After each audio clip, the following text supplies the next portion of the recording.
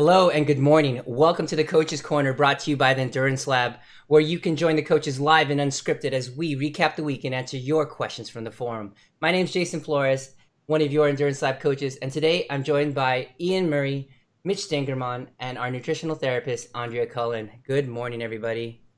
Quick note, if you look at Ian, he's got the new Endurance Lab gear on. You missed it. He was changing earlier, but now he's got his shirt on. But he's got the new gear on. So that's something that we're testing out. The coaches will be getting some of that, and we're hoping to be able to go to production with some of that in the near future. So if you love the Endurance Lab like we do and the other lab riders do, you'll be able to get some of this through our website pretty soon. So keep an eye open for that. So we have a good show. We have Coach Taya out on vacation, so she'll be able to tell us all about how much she worked out while she was on vacation when she gets back, I'm sure. But we've got a great show for you today. We're going to get started off, and I'm going to throw it over to Coach Mitch. He's going to talk about keeping his motivation. It was supposed to be his motivation up, but it's going to be your motivation up for this winter. Oh, wait, there's an ulterior motive here? Yeah, to make sure his motivation is up during this winter. But there was a great article that came by in the interwebs through one of our partners, Precision Hydration, and just a nice little summary to give us some reminders for this winter as we get ready to get back to our trainers. So take it away, Mitch. Yeah, just a few points here. I mean, you can tell by the sweater I'm wearing, it is winter here in Michigan. We've had an unusually cold November already. We've had a week of snow, and it's a winter, right? So, I mean, it's Thanksgiving this week. Once I get through Thanksgiving, I'm immediately beginning to think about next year. And the question is, how do I stay motivated and not kind of fall off the wagon in December and January and February, the tough months here in the Northern Hemisphere? One of the things that I've always found, and I surprisingly have to remind myself of this frequently, but always has been the case, and I think it's the same way with many of the riders in the Endurance Lab and everyone here, is you need to set a goal. So it's getting to be wintertime. You need to look out into your next season and begin setting your goals so that you have something to work for. It's going to motivate you. It's going to give you something to train for. It's going to allow you to plan and actually start building a training plan in the winter and the spring. It's allowed you to start building your fitness towards something concrete in the future. It's something to be sort of accountable to yourself, right? You're going to see it on the calendar and recognize, all right, I'm going to work to get to this in June, July, August, September.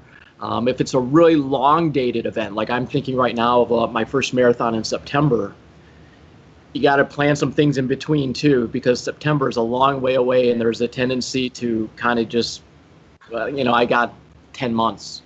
I can kind of sit back and relax and, I can wait until June. No. So what you got to do is start thinking of other things in the interim. So there's a half marathon here every year in early April, which kind of fits as a perfect kind of step, and then some other events to build to that event in September. The next thing you need to start to do... Mitch, you mean to call that late winter for you guys? Yeah, it's cold. It's a cold half marathon. It's on, Ian knows the area a little bit. It's in Dearborn. It's called the Martian Half Marathon. Yeah. I love Ian's drinking out of a red Solo cup at 5 in the morning. Happy Thanksgiving. What is in there? Yeah. Yeah, what is in there? It's a smoothie. It's a green smoothie. It's my typical shake. You don't normally you see it out of... It looks like sludge. Normally you see this out of my other little pitcher thingy that I have in my cup at the office. That's right. But the other thing that you need to do, so right, you set a long-term goal, but then you got to start looking really kind of in the micro, and you got to start thinking about the next day. So I think we all have a tendency, all objects kind of like to stay in their current state. I think that applies to human beings a lot too. Especially here where it's cold, you have a tendency, you want to stay in bed in the morning. The idea of getting up early when it's really dark to maybe go out and run or get on the treadmill or get on the bike, it's pretty tough. But what you have to do is you have to actually plan ahead, get all your gear set out, look at your workout, know what you're going to be doing. If you're having to set up a computer for training on Zwift, make sure it's all set to go. have your hydration set up, any energy, your pre-ride or run meal, any of those things get done the night before, so it makes it easier in the morning, so it's one less thing to do. The other thing, and I think this is where Zwift really excels, especially from the riding perspective, is to train with other people. If you can't be accountable to yourself, then be accountable to somebody else. So I lead rides on Zwift, and one of the reasons I do it is because it forces me to get up and do the workout, because I know people are there waiting for me to show up to lead a workout. So if you can't lead a ride, make sure you have a group of buddies that you're going to meet for a run or for a ride or meet at the gym to work out, so that you're all working together, you're being accountable to each other, and you're actually getting this stuff done. Or you can pull a cue and lead a ride but not show up for the ride you lead. That happens too. It definitely puts some pressure, some added pressure, as if people are if you're in a small group where you guys are chatting about workouts or rides that you're doing that week, or if in fact like Mitch is leading rides. I think there is some satisfaction that we get as ride leaders. It's something that we've been fortunate with, that where we can kind of share either our knowledge or our passion with what we do, and it gives that extra thing where you're just not by yourself. I mean, Mitch and I, and I'm sure Ian too, came from long years of just looking at blue bars or just power numbers, that's what we were going to hit. So this is a huge like added feature of like motivation. Obviously it makes you quote unquote tough, like back into the Jens Voigt days of like just looking at a brick wall, and that's what coaches had people do. But I think having this added feature is something that will get more people. We hear more and more about it in the main media of people using Zwift, using training in this way on trainers to really get this focus work in during the winter. So the other part on that, real quick, Jason, is that I actually would, based on my multiple years of indoor training in various countries, will debate or argue with anyone about looking at a wall makes you tough. Now, obviously, yes, it does make you tough, but what I have found is that getting on and using a platform where you're riding with other people, whether it's the workout or racing them even, that you can learn to suffer better because you have someone pulling you along and drilling you along. So I have a couple people, you guys know that I work with, and their ability to suffer on the bike has gone up tremendously from just riding outdoors or riding indoors, looking at a wall or movies, and riding outdoors. Do you think part of it is that you're on Zwift or you're with a group, maybe if you're in a group run and you're running with faster people, and they motivate you for that 1 minute or 5 minutes, and you sort of uncover something inside yourself you didn't know that you had? Well, I think so. And so the way I look at it is, if you and I go running, Mitch, and I start running away from you, you're just going to let me go because you know me, right? No, I mean, it's just the way it is. It's the same as if I'm trying to... I'm going to know that my 70 whatever kilograms isn't going to hang with your 40 kilograms very long. Right. It's the same as if I try to go, do a flat course against, Wags or something like that. He's going to ride away from me. I just know that, so I'm going to let him go. But the difference on Zwift is, or any of these platforms, if I'm riding with people I don't know, that's going to give me some motivation to try and hold on to these people, because all I know is their category. Right. Yeah. Right. And so if I know their category, I'm going to try and... Now, look, if they have a certain flag next to their name, I'm probably going to let them go.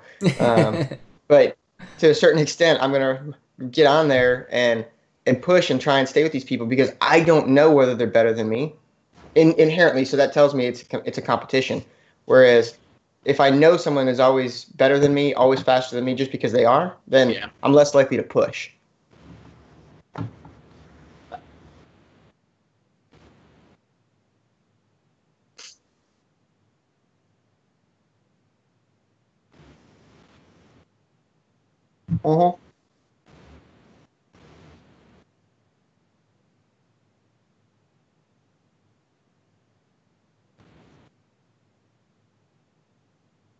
Right.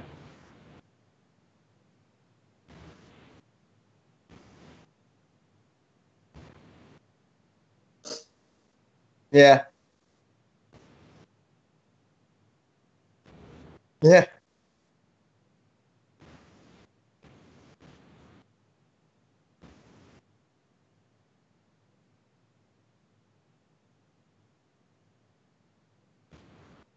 So one of the quotes in this article, and it touches on a theme that I'm always going back to, and I just wanted to bring this out, was that here's the quote. It's, "Success with endurance training is largely a product of the consistency with which you can grind it out for many months." And I think that's really the whole impetus of the article about motivating yourself to train this winter is you've got to establish that consistency now to carry over into the spring and the summer to get you to the events you want to do. And it's all about consistency. You don't have to hit every workout. You don't have to hammer every ride, but it's that consistency of day in, day out training with appropriate recovery that's going to get you to those fitness gains, to get you to your events in good prime form. Yeah. Can I throw something in there? Yeah.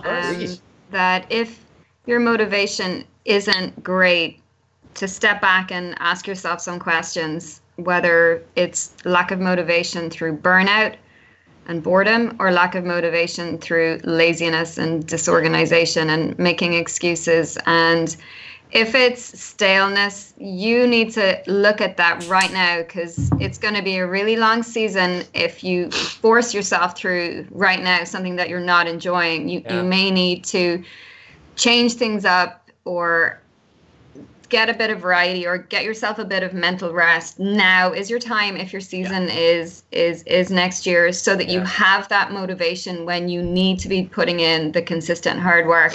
And it doesn't mean that you need to doing nothing. Like, I suppose I'm in that space. I've worked really hard for 4 years, and now I'm making sure that my motivation is going to be really strong when I want it next year. So yesterday it was a gorgeous morning. I went out on my bike. So I'm being more fluid with my training so that I'm enjoying it, but I'm still building base.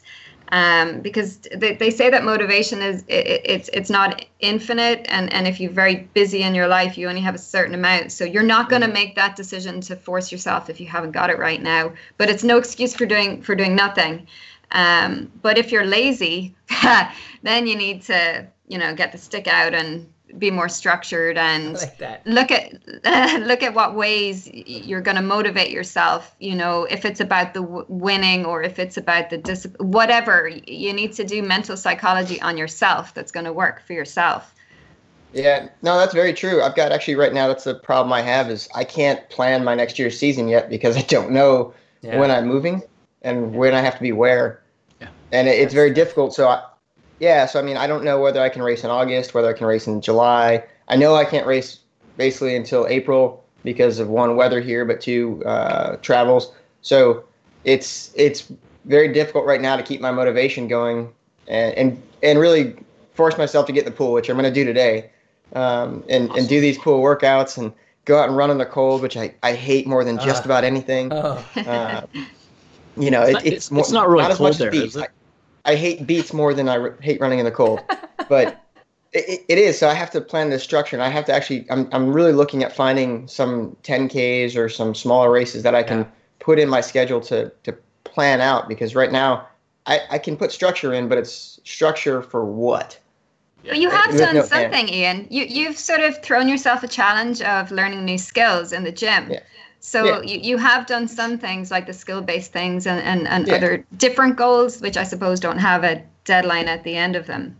So in ways you are managing yourself quite well. Get swole. Yeah, totally. One other thing too is make sure you're being realistic too, though. Yeah. Like you three know that I've got like some diet and weight goals, but I mean, there's no point in my mind trying to start them at the end of October or anywhere in November, just because it's so hard. And you're just, we have Thanksgiving and we have a ton of family, and there's going to be tons of food and tons of alcohol. Yeah. And I'm going to crack down on you right now, because you've just given yourself the out. You remember we talked about last week about making Thanksgiving and Christmas goals, right? Like 3 or 4 week goals. Like you just take a couple, 3 training my weeks. Goals start after Thanksgiving. But Mitch, it's like you're going to look very good in that 2-piece bikini. Yeah, in December. That's right.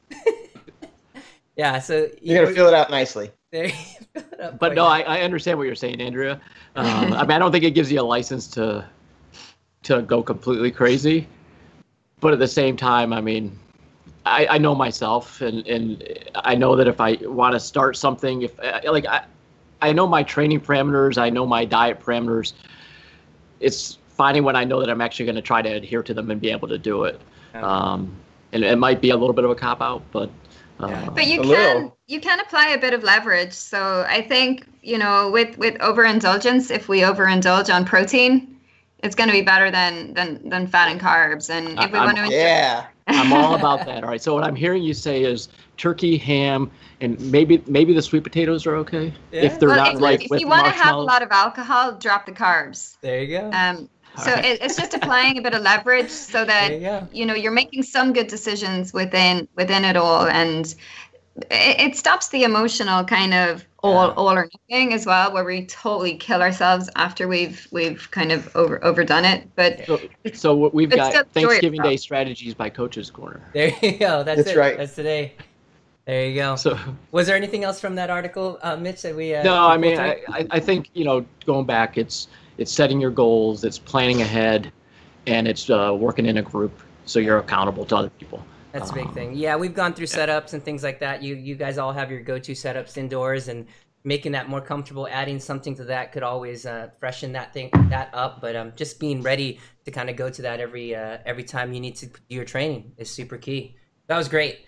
So let's see. Let's go ahead and slide on over to Andrea here. She had posted a topic inside our Endurance Lab forum. If you haven't checked that out, check that at discourse.endurancelab.fit. And we were talking a little bit about pre-training snacks and post-training recovery. We've talked a lot about the different foods that we eat during our workouts to be able to get the fuel in. But there's a lot of times conversation about what to do before and after, and we chatted a little bit about that, but she came across a really nice chart that kind of breaks things down, as well as a couple articles that we'll post links to in the show notes. So Andrea, go ahead and take it away. Yeah, so this chart I actually created to get people thinking about their training session and what to eat before it, because a lot of people just do the same thing over and over. It'll be a lot of carbs or a lot of protein, and they're not really thinking, or some people don't even time their nutrition around their training, and they're eating just in meal times. And what I'm trying to educate people in is the idea of periodization and adjusting nutrition to the demands of the session and the goals of the session so that you get more out of it. Now, to tag along with this, if you wanted to read, there's a really good article that Louise Burke came out with recently called Swifter, Higher, Stronger, What's on the Menu? And it's written by herself and John Hawley. I think we'll put the link up, but it's in Science Magazine. And when you read this article, what you should start to think of at the back of your mind is, why are so many people going low carb or doing ketogenic diets when there's so little research? So it's a really well written article, and I recommend that you have a read of that, and it will get you thinking a little bit. So the chart that I wrote up and posted on the forum, which is open for everyone to jump into, isn't it, Jason? It is. It's is sort of a checklist of things to ask yourself to direct what, how, and when, or even if you should eat before, during, or after your training session. And I'm trying to get people just thinking a little bit. So when your coaches, or when you put a session in, I want you to think about, well, what am I trying to achieve here? And then how can I help this session by the nutrition strategy that I use? And that will come in the context of quite a few things. So that's why I've kind of put all these little boxes out, but I'll run through a couple of them now. So the first thing you need to ask yourself, and if you don't understand the answer to this, you ask your coach, and it's, what are the goals of this training session? What are, important things would be the intensity, the duration, even the weather conditions can change nutrition needs and hydration needs a little bit. Is there specific work within the session that you need to consider? So if there's a lot of hill work or sprint work or tempo work or power work or stuff where you're doing a lot of pace, that's going to take you into a higher zone, which is going to be more of a carbohydrate guzzling zone. So then you think, right, I understand that I need to fuel this session so that I get quality out of it. And when I get quality, I push for adaptation. So you want to fuel well for it and make sure that you recover. If it's technique or skill-based or in a lower zone, then fueling may not be quite so important. However, when it's technique or skills, you can't be tired. So doing it fasted and all you're thinking about is, oh, what am I going to eat later? You're not really getting your technique and skill nailed. So again, you know, being comfortably nourished is important so that you're not distracted by, you know, wanting to eat something. So when you're asking yourself these things, what you're really kind of trying to determine is, what is my fuel source? How long do I have in the tank compared to how long the session is? And other important things like preventing muscle breakdown or supporting cognitive function or neuromuscular function, because food isn't just our fuel, it's giving us nutrition as well. Then you take this in the context of your goals and where you are in your real quick, Andrea, I want to touch on something you just hit there. It's really important, especially for those. So look, on the bike, your skills, it's pretty easy mentally, I would say, for the most part, to practice those skills and not lose track. But when you're swimming, for sure, and I would even argue running, you definitely need to think about this, because I know, and Mitch can probably back me up on this, and Andrea too, that if I'm hungry and I get in the pool, I am not thinking about my technique. I'm thinking about knocking this workout out and getting some food.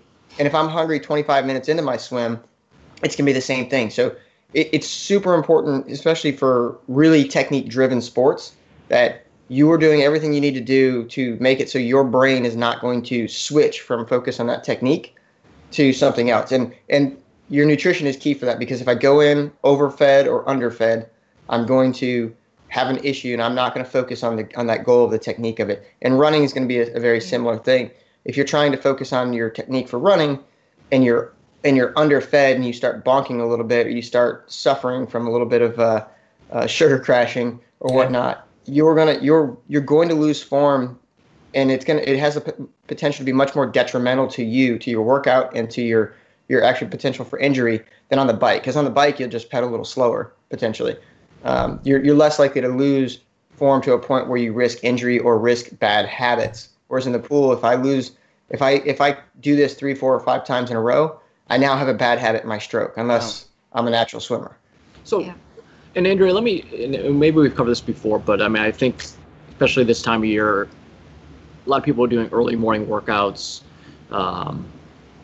Maybe they're hard, maybe they're medium intensity, maybe they're easy. But I mean, what are the strategies for the folks who are getting up, say, at 4:40, 5 o'clock in the morning, and jumping right into a workout, where that kind of where the ability to eat in a timely fashion before the workout, so you can actually digest it, doesn't really exist because you don't have the window in your sleep?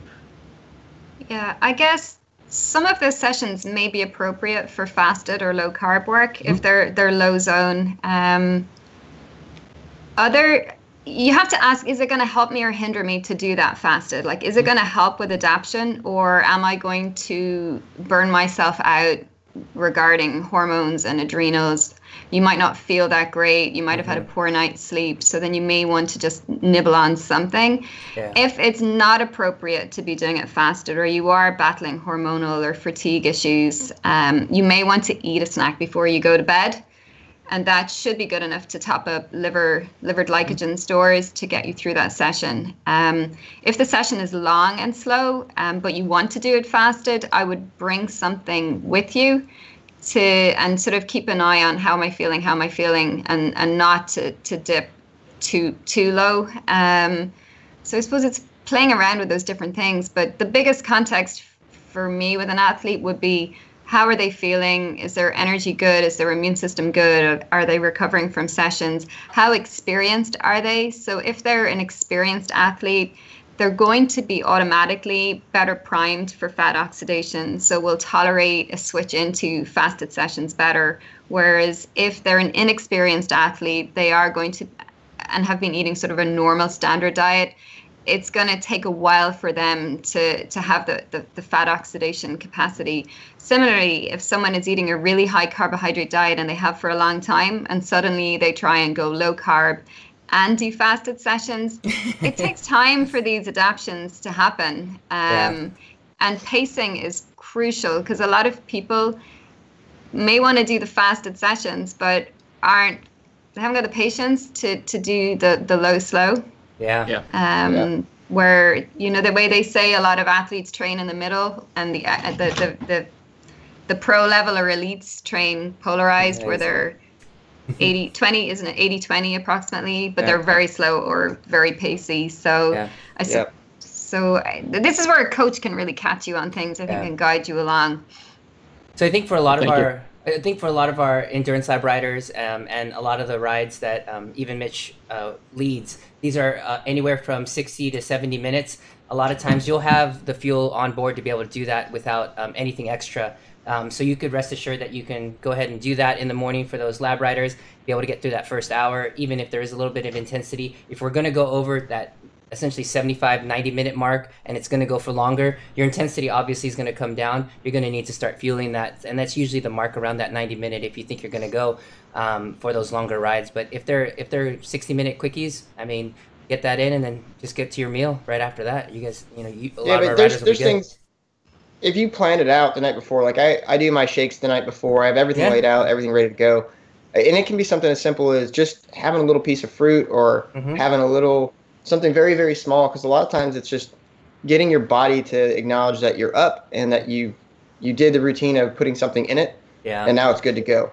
At least that's what I found. If I get up and get out and start training without taking any calories in, my body just doesn't wake up. I mean, I don't wake up until about an hour into the workout if I do that. I've had a lot of success in the past, and I don't know how you guys feel about it, just with simple gels and with high quality column endurance and carbohydrate sports drinks, which I'll either before a workout I was a big user of goo gels for a long time, right? And it's right on the package, right? 15 minutes before, and I think every 45 minutes or something is which is just a rule of thumb for them, but it always worked well for me on longer, harder efforts.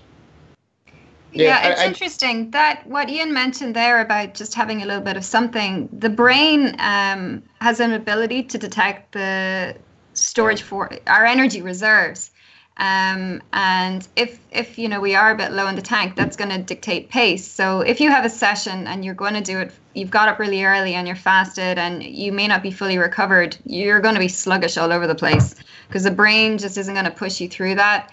Whereas if you have just something small, it's the same as the carbohydrate mouthwashing, I would assume. Your brain kind of then is primed for, food is on the way. So it lets you tap into that reserve tank that it doesn't normally do. But another thing where you mentioned, if you're going to take something in on the bike, if it's early and, pre-season or base training, and you are trying to encourage that improved metabolic flexibility where you can become better at fat oxidizing in the lower intensities right through and less carb dependent, but you will still need the carbs at the higher intensities. To use a slower releasing form of carbohydrate will be better than using a faster releasing carbohydrate. So there are some patented slow release carbs now, or boiled cooled rice or boiled cooled potatoes. They're handy enough when we're on the bike, and they will not create the same insulin release, which will block our fat burning. And I'm talking about early in the season, whereas later in the season, racing, we want every bit of sugar in our system that we can get. But that could be a strategy that works. Now there is Generation UCAN, and there is Ethic Sport, which is in Europe, that have a patent slow release form. Yeah, there's a couple really good ones. I like UCAN, but it's got some side effects. Yeah. There's, I think, Vitargo, and then there's a couple others that have been really good that have come out as long chain carbohydrates that people are starting to use to kind of slow that down. But I think in the end, in order to get that kick, a lot of people are still, especially for cycling, you're still going to need that carbohydrate. And I think for like marathon running, I think it's been really successful. Long ultra endurance things, it's been really, really good. But yeah, I think it's just about adapting to that sort of thing. So we can pick up on that chart there, Andrea.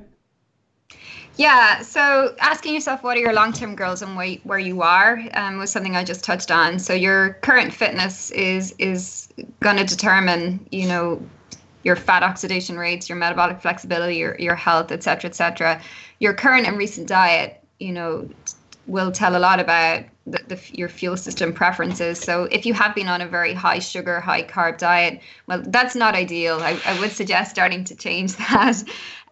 But it will determine how effectively you will make a switch to a healthier diet, which is where some people may quote, I've gone from this kind of standard American diet to a really healthy one, and they feel terrible because maybe their body just is carb dependent and it's going to take a bit of a time to transition. Your current body composition.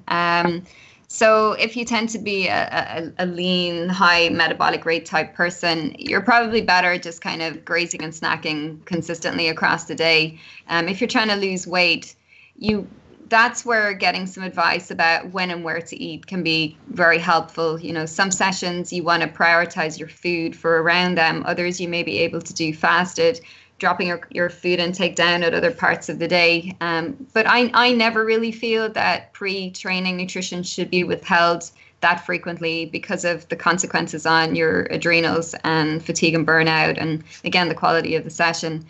Your current health. So if you're, say a female or a male with low hormone levels, doing lots of fasted training sessions is the last thing that you want to be doing. So your current health is important. Then you want to ask yourself, well, what time is my session? And that's the biggest one, I think, regarding especially early mornings. How well recovered are you from your previous training session? Did you sleep well? Is a big one. I think you want to help yourself in every way if you've had a poor night's sleep to get a quality session in. For women, the phases of our cycle can affect us big time. But I think if we listen to our bodies, we can clue in on that. That's a long conversation for women. How do you feel? Energy, motivation, general health. If you feel you have a cough or cold coming on, not getting enough pre-training snack in is pretty daft, really, because you're going to affect your immune system even more. So I would eat well, or question whether you should be doing the session at all. Now, from kind of triathletes or cyclists or runners that are training once or twice a day, this is where it becomes more complicated, and you need to be thinking about what's the session ahead as well as what's the session that I'm about to do. So this is where fasted sessions can be difficult because they can leave you on the back foot for the session after. So just say you had a long, slow morning run, but you had a set of work later on in the evening that was quite intense. If you can't get that recovery in or have enough time, I wouldn't suggest doing a fasted session in the morning, because that will leave you on the back foot for the next one. So you need to always be thinking a little bit ahead. It's a bit like how you would normally do your day. You need to get to work, and then you need to get to collect the kids after school. So you plan. So it's the same with your training. If you have 2 sessions, you need to think ahead for both of them and how you're going to manage your food for that. And then considering the context of each of those sessions. So just say you have a big working session in the morning and another intense session in the evening. Well, this is going to be your carb day. Have fun. Whereas if it's a shorter bike session with power work, strength work, and then a strength session later, well, maybe you don't need quite so many carbohydrates, but definitely protein is going to be important. And Ian, vegetables are always important. Nobody cares what you think, Andrew. Nobody cares. He's drinking them right now, so I don't know what our concern is. Yeah, this has broccoli and carrots in it. There you go. There you go. Oh, very good. So you're ahead of us all at this stage of the day. So yeah, thinking about what's the session ahead again. Considering the context of the session in relation to the training week, the training block, and where you are in your season is very important. Do you have a race this week? So I wouldn't be going out to, not eating before my training sessions if it's race week, because you should be getting your carbs in. Then looking at the context of the week. So generally when coaches write your plans, they have a lot of goals for that week. So it could be that you're in a hard training block. It could be base. It could be that you're, what other things would you be thinking of? A skill week. It could be a recovery week. So the context of the whole week can be important for your nutrition as well as a whole. So strength, power, pace, fat adaptation, weight loss, whether you're acclimating or you're in a different climate. So all of these things will change a little bit your nutrition for that week. Your experience, I've already said this, but your experience as an athlete very much dictates how good you are at fat oxidation. Even athletes that eat very high carb diets, like a lot of marathon runners, have exceptionally high rates of fat oxidation as a function of their training. And we tend to forget this. The training is a huge stimulus on how metabolically flexible we are. More so probably than diet, but diet's very important too. So then there could be nutrition things that we can do to help that training session. So running, maybe we want to eat more beets, or protein if it's strength building. So there can be things that support it. You could eat arugula. Arugula has a good amount of nitrates too, as an alternative. Yeah, it does. Yeah. And romaine for weight loss. Oh man, you guys. There was a recent article that was put out last night. It's pretty bad here in the U.S. There's been numerous cases of E. coli infection of romaine. So, but you are watching this. Yeah, this is crazy times here. But Andrea said that's very common for American salads to be this way. Yeah. See, and this is why you don't eat salads. This is why you grow your own. Yeah. It's the washed packets. I think it can be mixed batches, and it can be exposed to various things, and there's low traceability. So I think it's the green salads that create the highest rate of food poisoning in your country. Yeah. Interesting. I believe Chipotle has the highest rate of food poisoning. No, I'm kidding. I love Chipotle. Well, there goes that sponsor. There goes that. On your next section, Andrea, in your chart, you actually have something interesting about nutrition for dealing with specific things. And you mentioned bone health, which is something I'm always cognizant of because I had a number of stress fractures a handful of years ago. And when I looked at my diet, I realized that I really had no calcium in my diet. I mean, I would eat broccoli, right? And broccoli's got some calcium, but I wasn't really having any dairy or any of the real traditional sources of calcium. What are some thoughts around ways to get calcium in a kind of a balanced diet beyond just having yogurt every morning or cereal with milk? Okay, so our bone health is related to several nutrients, and the one that doesn't get much press, which is incredibly important, is vitamin K. Oh. And vitamin K helps to knit in the calcium and the other minerals into the bone. So it's the forgotten one, and a lot of doctors, so just say someone has poor bone density, they will put you on a calcium and vitamin D supplement. So we've made progress. We've got the vitamin D in there, but the calcium requires vitamin K to knit that in. And without that vitamin K, we can actually increase the risk of heart disease and atherosclerosis because the calcium is depositing in the arteries and not in the bones where we want it. So vitamin K is really important. And we'll get that from fermented foods, organ foods, and our dark green leafy vegetables. So the concern is, yes. The concern is in here too. God, you're getting bonus points today. Yeah. So it's not that we need to drink lots of milk, which actually doesn't really have much vitamin K. It's our nuts and seeds, it's our whole grains, it's our leafy greens. It's getting our vitamin D levels checked. It's the health of our gut because we produce vitamin K with the assistance of our bacteria. So it's kind of looking at the whole picture. So don't worry that you don't need to chuck in a lot of dairy. But it's funny because when someone asks me about a healthy diet, it's always the same foods again, but for many different reasons. So the key is really a healthy, balanced nutritional diet, right? Yeah. We get a lot of flack. My son hasn't drank regular milk. We have other sources of calcium. He doesn't do a lot of like conventional breads. He does other breads, and they're like, "Why? Where is he going to get his calcium?" And like, from other foods, guys. And then it's just tough, people to kind of grasp that it does come from other foods like green leafy vegetables and things like that. So it's just important to understand where we can get those sources. Yeah, a great food, now that you're saying it, would be sushi. So we have, if we have the sesame seeds, the rice, we have the seaweed, and we have the protein in there. Yeah. And your broths with your whole grains and your veg and a bit of protein in there as well, preferably made from bones, are going to be really good too. And another food that's great for bones is canned fish, and when they have the bones in it.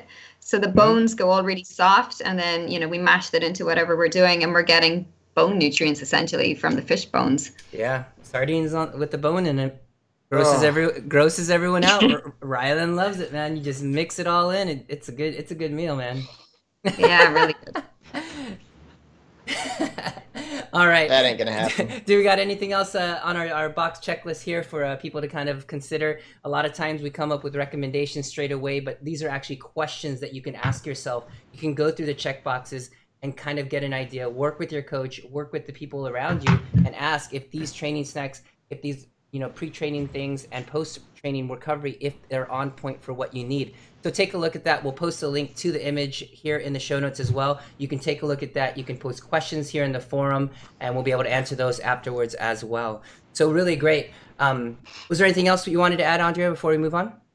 No, just get into the forum and keep adding in your ideas, because I think everyone gets in a bit of a rut with ideas for what to eat before and after training. So the more we can help each other with ideas, it just helps us get variety in. Absolutely. So jump in there. I will also post a link to the forum. It is an open. Most of it is an open public forum. There is a closed forum for those doing our lab workouts, but an open forum for everyone else. I'm actually going to go ahead and slide on over. We are considering time here to talk a little bit about what our riders in the lab are doing this week, because we want to talk a little bit about our up and coming on the horizon with the strength training lab, and we're going to have a little bit of conversation about that. So for those riders that are in the lab, they're going to be doing a little bit of actually some good amount of work. There's some new workouts that we put out, especially in the stability lab, where they are really pushing you to combine efforts or combine systems to be able to put these skills together to use out there. And riders are really reacting to it well. They really enjoy kind of being able to put this all together versus just holding wattages. So we've got aerobic 455, which is essentially building your aerobic engine with just a mishmash of VO2 threshold sweet spot. Making yourself go up to these levels where you're either closing gaps or kind of visualizing things and kind of holding off paces and really holding at a high amount and being able to recover at that sweet spot threshold and be able to come back up and do a VO2 effort. So really nice workout there. Breakaway 2, which is obviously on the tail of Breakaway 1, which is essentially wanting to really put high efforts out and stick high efforts, whether it's again to do that closing of the gap to if you're off the back, if you're off the front, making people really work hard or making the efforts really difficult. And then at the end of the week, we've got the 4230 threshold builder, which is essentially just getting yourself working at the threshold effort and be able to recover at tempo. A lot of times threshold or higher efforts, you're recovering at full recovery, and we always talk about being respectful to whether the recovery is a full recovery or you're trying to train yourself to recover at a high level. And this is one of those. And as we start to combine these workouts, this is what's going to make you strong. Because in very few efforts, when you're out on the road, are you completely zone one, unless you're maybe going downhill. But even though everyone knows going downhill, everyone just puts the hammer down. And so it ends up being an effort going downhill too. But this will allow you to kind of use that. So really cool workouts that we've got going on in the week. And if you're interested in learning more about those, head over to endurancelab.fit and get involved. We are going to be able to put you into the lab if you're going into off season or whatever you may be doing. We've got that for you as well. So yeah, see, I was gonna say Frodo likes it too there. I have a cousin's dog named Frodo. So all right, so I did want to have a little bit of a longer conversation here. So we do have our section here on the horizon. We wanted to talk about a little bit of off-season, kind of how you're going to be switching off. Are you going to be continuing on the bike? We are beta testing a strength training lab. I'm going to have Ian introduce that, and it's something that a lot of our coaches and we have a couple riders kind of testing out, something that we're preparing for you guys maybe later in the off-season, and it'll be a nice transition to if you really want to build some strength and power in the off-season and you've got the access to a gym.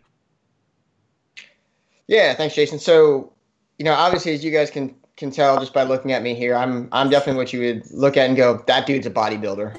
Yeah, he's an Olympic power lifter. Now, it's one of the things I've actually done my entire life off and on is some strength training based on previous sports. Being a boxer, wrestler in college, and then coming through my younger days of trying to get buff and big, and that never actually quite working out because apparently I'm genetically predisposed to be a small, fast runner.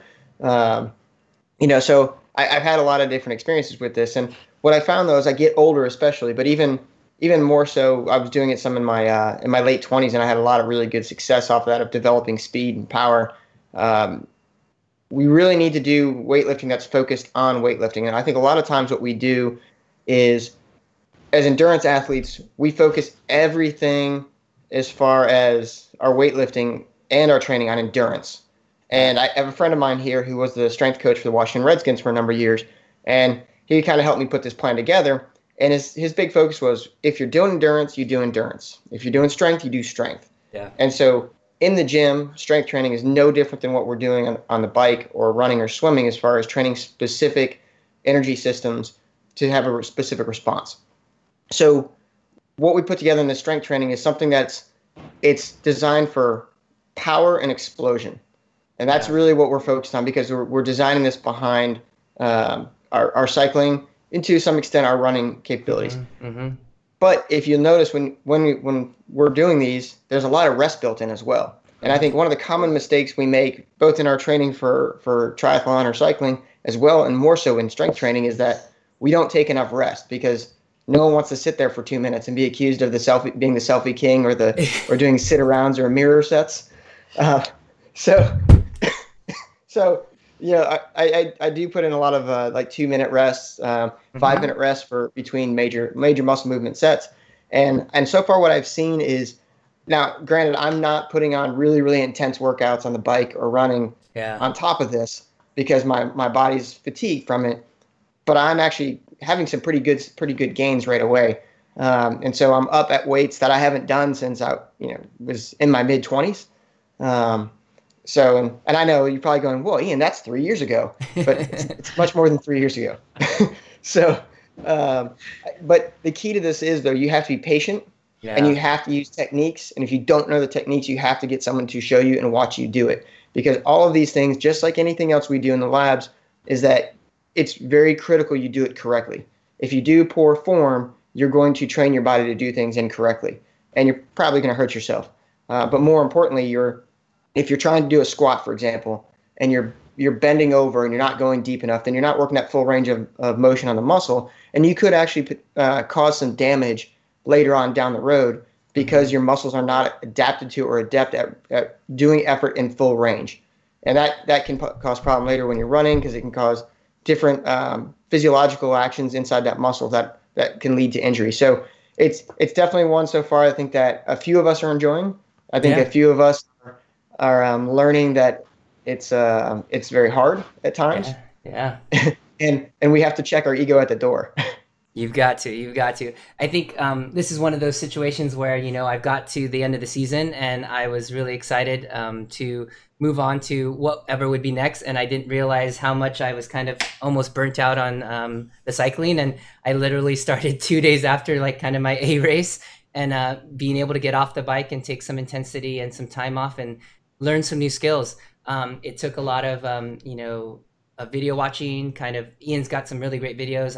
He's starting to put a group of videos together for these exact strength workouts, the same way we have for our cycling workouts. So it's going to be very informative in that respect. And I'm coming from zero background in lifting. I've done some very simple things like 5x5, which is essentially just squats, deadlifts, bench press, overhead press. So I know those movements, but the movements that he's talking about that are explosive are almost to the side of like Olympic lifting, but maybe not. I don't know if it progresses to over our head, but we've got some high pulls that are very, very explosive from the floor. So I'm only entering the second week. So that's where I'm at, but I am in a new level of muscle fatigue that I didn't get all season, even on my longest rides, 4 hours, 5 hours. Like, it's a total different something. It's nuts. Like, can't walk upstairs, can't walk downstairs.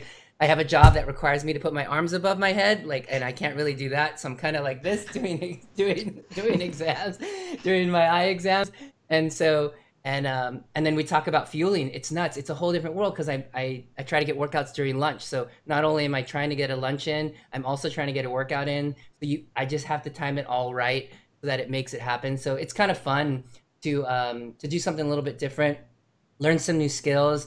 and kind of fit something in the schedule where I'm not. And then secondly, and as Ian talked about too, the intensity has got to come down. And I actually messaged Ian on this on Sunday because I went out for my normal Sunday ride, which is usually kind of low zone 2 tempo stuff, and then it goes up to VO2 for climbs. And I hit the first climb and there's no way. I did 3 workouts this week. There's no way. So I'm like, let's go like high tempo, low zone 2. And like I managed a good 3 hours like that. And that was fine. But he's like, yeah, it's definitely it'll take time. So I was looking to shoot for intensity around 0.8. I managed about 0.68. So there was an 8 somewhere in there. But yeah, I think you just have to respect, you just have to respect what you're trying to build, right? And when we talk about it all the time, we don't want to burn the candle on both ends. I'm not going to raise my FTP during this next 8 to 12 weeks. I'm going to hopefully gain some strength that I haven't. And I've really been building. And only over the last 2 seasons where we've done a lot of off the bike work with the lab and kind of teaching the lab riders how to do this, I haven't had to go through any, lower back issues. Coach Tea's gone through the same thing where I can do hours, anywhere from 5 to 7 hours and not have any aches or pains, and more worried about like strategy and making sure that I'm fueling and getting those things right rather than like being uncomfortable on the bike or trying to stretch or doing these crazy things that you see people doing, 4th, 5th hour of rides. So I'm really excited about this coming up for those riders. I think you're really going to enjoy this. It's going to take a little bit of work. You're going to need to learn a new skill. Obviously, you're going to need to work at a gym. I'm at a Globo gym. I know you've got a gym at work, Ian. Is that where we see you do those workouts? Okay. So, I mean, the Globo gym is crazy because like people are doing all kinds of crazy stuff. It's not a CrossFit gym, but the Globo gym I'm talking about is like a 24-hour fitness or like a more commercialized gym. But luckily, they do have some lifting mats, and that will be helpful. But I think you just need to find what you can do. And there's modifications, just like any workout. And you just need to find out what you can do and be humble and just start. Like some of the workouts, I literally had to start with just the bar because I needed to learn how to move. I just don't know. Like that's all you can do. And until you can get that right, I just want to respect that. And if it means that I go there early and there's no one there and that's what I need until I start to get those things back, then I'll feel comfortable. Then that's what you guys got to do. Yeah, there's 2 things. One is some of these exercises too are designed to prevent injury. Future injury, so especially the glute hamstring crunch. That one, first off, you ain't going to do it right the first time. You're not going to be able to do it unassisted. In fact, you're not going to do it unassisted for the first 3 weeks. Just check that right away. You're going to need the assistance, whether it's a band or a stick, because it's tough. But if you can do that, you'll pretty much make your hamstrings bulletproof once you can get that going. But 2 is, one thing we all have to worry about when we go to the gym, there's going to be some big men and women there who are just throwing around crazy amounts of weight. Great. Awesome. Good for them. That's not what we do. I love it. And that's what the conversation I had with my friend who helped me develop this. He said, look, you can't compare yourself to anybody else in the gym because how many people in this gym can run a 5-minute mile? Nobody. So, don't worry about that. You can do things they can't. You're focused on your sport. So when we go to the gym, if someone gives you some grief about, oh, hey, good job at squatting 35 pounds, ha, ha, ha, like, hey, that's great. Let's go sit on a bike for 4 hours and let's talk. Tell me how your butt feels. Yeah. So just you're focused on you. You're not focused on what anyone else is doing. And honestly, the people who are going to throw out those kind of jeers and jabs, they're going to be that way anyways. The ones who are the people who can help you out, they're going to come over and say, hey, man, I saw you doing this. Watch your form a little bit, or hey, this might help you a little bit. You're going to meet some really cool people who are gonna help you out if you need it. They'll be there for you. Yeah. Strength work is really interesting, and what you will do, Jason, and the new people new to it that the experienced strength people won't do is have a much faster rate of progress initially. But you are learning new nervous system work, and also you're using the creatine phosphate system and a little bit of the glycolytic system. So your body is having to learn to reshuttle creatine phosphate back into the ATP a lot quicker than it has done previously, which is where the rest, like Ian said, is absolutely crucial, because this takes time. Otherwise, you're not going to have completely recovered, and you're sort of doing a rep, but you're using a different energy system. It's not the power and explosion. Now, creatine monohydrate as a supplement can be helpful for this type of work. You don't need. I don't know about you, Ian, but I don't feel that this big loading protocol is necessary. You could just start on 5 grams a day and continue on that. Vegans and vegetarians are going to have a very low base of creatine in their system anyway. So they may want to either look at their diets, but possibly not for ethical reasons, or consider taking creatine monohydrate. You don't need a fancy one. Nothing. So yeah, it's really exciting. I'm looking forward to following everyone doing this. But like Ian said, technique is key, crucial, absolutely, and patience. Yeah, and real quick, I just want to go over. Protein. So here's an example of one workout we're doing. This is the one that's on Friday for the people who started when I did, and Jason has this, I think, in 2 weeks. Yep. It's called step ups, and like everything else, we start with a 10 to 15 minute warm up. Why? Because you're lifting heavy weights. Yeah. It's like we don't get on the bike and go into VO2 right away. So you can't get into the weight room and just go, nah, let's throw on 225 pounds and squat this bad boy. You need to have your muscles warmed up. And because you're doing explosive efforts, you need to be warmed up. There's no going into this semi warmed up or a little cold. You need to be ready to go. Then we do some burpees to finish that warm up, and then some kettlebell swings. And the one thing on the kettlebell swings is different than what other kettlebell swings we've done before, which were the kettlebell squats, where we were coming up. This is really just a focus on that hinge of the hip, where you're thrusting the hips forward. So if you're bringing your arms way above your head, or actually above your chest, you need to put more weight on. Your arms should not come to parallel. They should be a little bit below that. You know, we're talking 15 to 50 degrees, somewhere around there, depending on your explosiveness. But if they're coming parallel, too much or too little weight, add weight. And those are, again, just for a warm-up. But then we go into sets of power cleans or high pulls, whatever you're comfortable with. And so that's something you would want to look up and understand to make sure you know how to do it and get some help with that. And then we go into dumbbell press, ankles to the bar, which are my favorite. Get on a pull-up bar and you curl your ankles up. And then we do box step-ups. So you get a box and you literally just step up and come up on it. At plank series, and the side box step up, and then the glute hamstring crunch. So there's not a lot of things to do. Most of these take between 35 and 50 minutes, plus or minus, depending on a little bit based on your warm up, and that's it. So you're not going to walk out of there. It's not going to be a 90-minute workout. You're not going to walk out. Initially, you're going to walk out like I have to wash my hair, but once your body gets adapted to it, you'll be fine. You'll walk out. You'll feel a little smoked, but you're not going to be crushed. Yeah, it's at 24, 48 hours right before you're thinking about doing the next workout. You're like, man, really? Only one day off, huh? Like, maybe I could do this in 2 days. So, yeah, right now I'm doing Monday, Thursday, Saturday. So I have got a longer in the middle of the week, and then I've got shorter by the end. It's been okay. And I've been starting to run to the gym. Everyone would be proud. In like 50-degree weather for those cold, if that's cold for those people in the cold weather.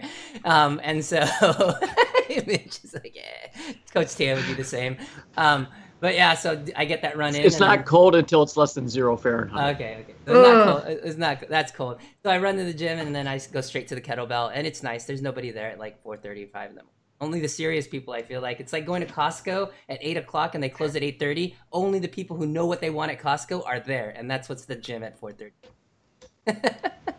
You know, there's 2 things you can do to help yourself out in this initial period. Caffeine before a workout can really help focus and power. There's some interesting studies on muscle responsiveness. And you may find, are you craving more protein? Yeah, absolutely. And I'm getting it in my pre-workout. That, along with creatine, has been really helpful to keep me sharp. And also it curbs that hunger so that I can get that good post-workout meal in as well. But I have to have that all prepared. I don't have enough time to eat enough protein right now. Like, I have to like start eating earlier in the day, because I usually can start eating around lunch. So I've got to eat earlier. So I've just started eating at the beginning of the day instead of the middle. And so it's just one of those things, because if not, I just don't feel well. And so if I want to do other stuff, but I just need to make sure that it's balanced. But you're right from the beginning, you had mentioned it. So I'm shooting for about, so I weigh like 160 now. So looking at around that amount in grams for me to shoot up to there would be safe from what I understand. So I'm trying to get close to that number per day, but it's hard to get whole foods that much. You just got to eat a lot, you know? And so he's just nodding his head. Yes, eat a lot. Hard-boiled eggs, man. Yeah. Hard-boiled eggs. Yeah. 6. No, I mean, it's like 4 a meal. Like breakfast is 4 eggs. You've got that after lunch, and then trying to get like decent piece of protein at night, like salmon or some meat. It's what we're rolling. My wife's like, what are we doing? And my son's loving it. So my son's like, yeah, let's eat it. He's all about the protein, but my wife's like, I don't know, like it's a lot for you can't eat too much. All of the studies, Jose Antonio has done some great studies. He's done in Florida, and even up to 3 grams per kg is going to be okay. Yeah. And high leucine food choices are going to help as that signals. So your dairy and your poultry. Yeah. ISSN has come up with some really good infograms, right? And that group with information with resistance training, even up to the 3 grams per kilogram? Yeah, that's nuts. So cool. Was there anything else? Looking forward to that. Is that something that will be released towards the end of the off season here, or are we thinking kind of in the January? Yeah, probably January timeframe. Beginning of January. I want to get everyone through December, and I want to see how everyone takes, if we need to tweak anything, and I got to get some more videos done as well. Yeah, I think that's really exciting. Mitch is going to get swole in January. After Thanksgiving, he said he's going to start riding and running. And what else, Mitch? What do you got? No, so I'm tuning everything towards after Thanksgiving, right? Yeah, so we'll start trying to work on the strength and and I've been working on the riding and the running and trying to get that a little bit more consistent. But the goal is to really build towards a May date where I can shift really into a high running plan. But I got to get the volume there. Nice, very nice. All right. And I'm assuming the weight's just going to come off all magically by itself, Andrea. Yeah. But if you do things right without the focus on it. Yeah, I think so too. There were things that were kind of I was holding on to even towards the end of the season because I wasn't changing what I was eating because I needed to fuel all our workouts. But even in the first 2 weeks, like things are starting to move that direction, and I'm still eating as much or more than I was before. So it's a positive thing. So excellent. If we've got nothing else from the coaches, I want to thank all you viewers for tuning in today to the Coaches Corner. If it's your first time listening and would like to hear more content from the Endurance Lab, head over to your favorite podcast app and search the Endurance Lab, or head over to YouTube and search the same. And don't forget to click subscribe. For more information on when the next lab is, head over to endurancelab.fit to learn where you can join us, the coaches, to train smart and get results. We'll see everybody next week. Have a good week, everybody. All right.